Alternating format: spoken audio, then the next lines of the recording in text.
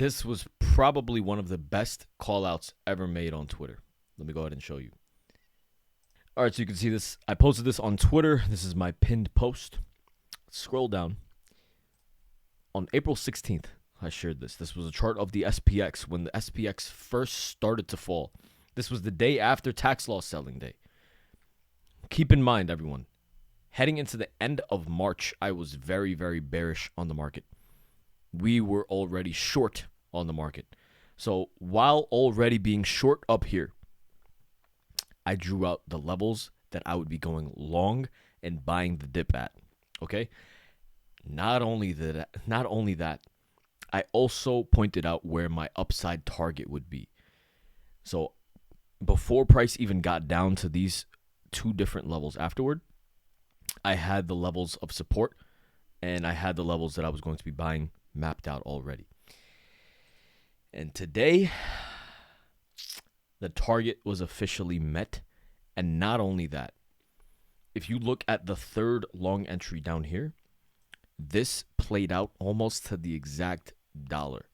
We called this bottom on the market. I mentioned that I'd be going long at these three levels.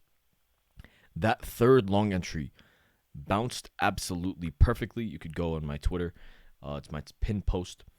And today, officially, we hit the target. And, yeah, I'm just here for some clout. I'm doing a evening shift with the CCS, the Clout Collection Services. We're just collecting some clout. Don't mind us. We shorted the top. We were longing this entire way. We finally hit our target today. Clout Collection Services. All right. So now, what does this mean? Honestly, this is like objectively speaking. I've not really seen many people, they say like, oh, I'm going to go long here. I'm going to go short here. Oh yeah, once the SPY gets to this level, or well, Bitcoin, once it hits 60,000, it's going to rip or something, right? I've never seen anyone draw out exact levels into because the psychology of everyone into this move, the SPY was going to go into 480. SPY 480, SPY 480, SPY 480. Remember, right? This was just a week ago. Everyone was talking about SPY 480. People are still talking about that, right? While people were still talking about SPY 480, I was saying these are my three long entries. SPY 480 is not even anywhere to be found. This third long was at 495, 49.56. I was not expecting us to fall that low. So before we even got there, I said, no SPY 480 off of this move. We're going to bounce off of this. And it clearly worked. Thank God. Clearly worked. If you guys want access to my exact trades, my exact thought process on what is going on in the market, the proof is in the pudding. You guys could clearly see this. The link to join is in the comment section below. You gain access to all of my day trades and my swing trades, my education, my mentorship, any questions that you have throughout the day. I'm there to help.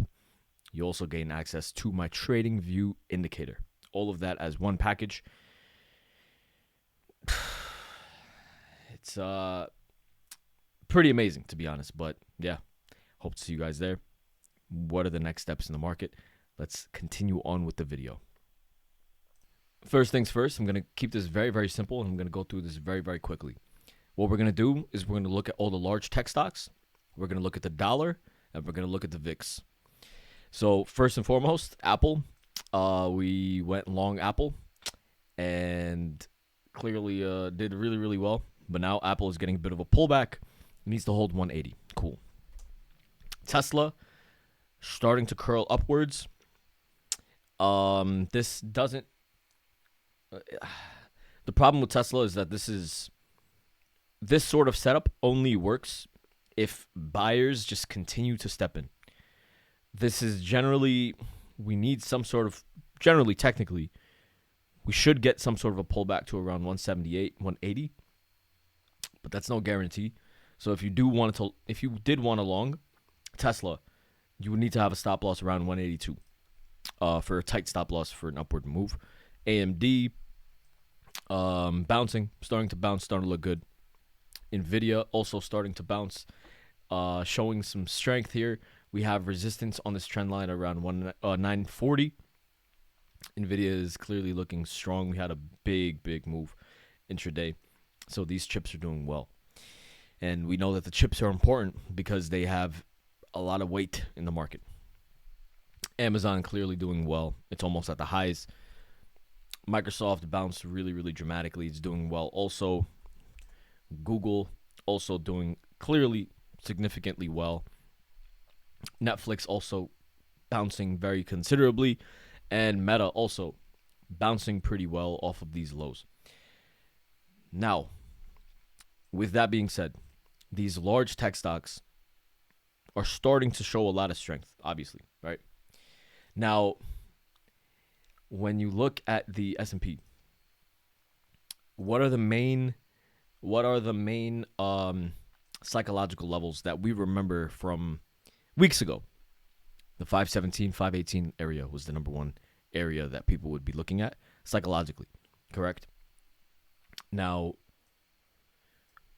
above that, there's 520. Now the issue. Now here's the fun part. Here is the fun part. If we break above 517 to 520 zone and we start closing above 520, the high of the all-time high is right there. So we can end up breaking into the all-time high. All-time high is less than a percentage away. So how far away are we from all-time high at the moment? 1.5% away from all-time high. Now, this is where the fun part. This is where the fun stuff begins. So now, objectively, right? I just want to show some more objectiveness. Objectively, right? Say we have resistance over here at all-time high, and we have support over here at 493, where we wicked to the lows, right? We're currently trading at 516, okay? So, going short here,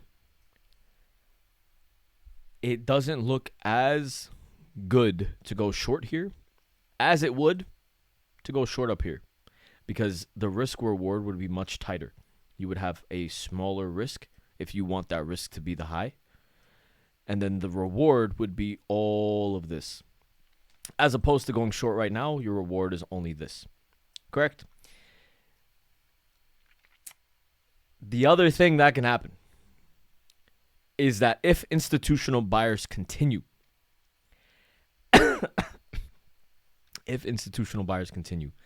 and if because Apple bought back $110 billion worth of stock, and because Apple bought $110 billion worth of stock, other banks and hedge funds start piling into the tech stocks as well. And they continue. And the market continues to rise. We are a rock's throw away from all-time high. And now the issue, right, is trying to go short and trying to catch tops is astronomically way more difficult and way more risky than it is to catch bottoms. Because on bottoms, when market is falling, we're playing alongside institutions and hedge funds. When market is rising and you're trying to go short, we are playing against them. So there's currently tech stocks, right? There's a bit more room to go higher. The VIX also shows that as well. Let me go ahead and show you the VIX. So the VIX the VIX is important because the VIX has an inverse relationship to the market. If the VIX is falling, then the overall market should be rising. Now the VIX still has a gap to fill here at 1310. So there's a bit more room to fall lower on the VIX until we fill this gap. And if the VIX has a bit lower to fall, right, the market has a bit higher to go. So, according to the VIX, there is a bit more room to fall lower. We could end up tumbling and continue rising on the VIX, rising on the market. So there's that for the VIX. And then we can take a look at the dollar. The dollar is showing some weakness. Obviously, the dollar also has an inverse relationship to the market. When the dollar is falling, that's generally good for the market. And you can clearly see this is a pretty bearish setup on the dollar. It's a bear flag being formed, and the dollar should continue falling lower. If the dollar continues falling lower, the market should continue bouncing. And I love when a plan comes together. Honestly, I love when a plan comes together. But it's crazy. We literally called this to the exact bottom tick, which is just pretty crazy. But yeah, here we are. So now the main thing is don't get too early into puts, because the market could easily just rip into new highs. And yeah, all right. So yeah, man, I really look forward to seeing your comments. Please leave a comment. Anything that you guys say, any thoughts that you guys have, feel free to, say anything, and I will definitely respond to every single comment. I haven't heard from you guys in quite some time. Hope you guys are doing well. I hope everyone that's watching this video up to this point, hears this message, and I hope you guys are doing well. And I hope everything's working out for you guys and your family. And yeah, if there's anything else I could do to help, please let me know. And until then, we're killing it. So it's a blessing. So I hope you guys enjoyed today's video. Please make sure to like, comment, subscribe, do all that good stuff. And I will see you guys probably tomorrow. All right. Love you guys. Have a good one.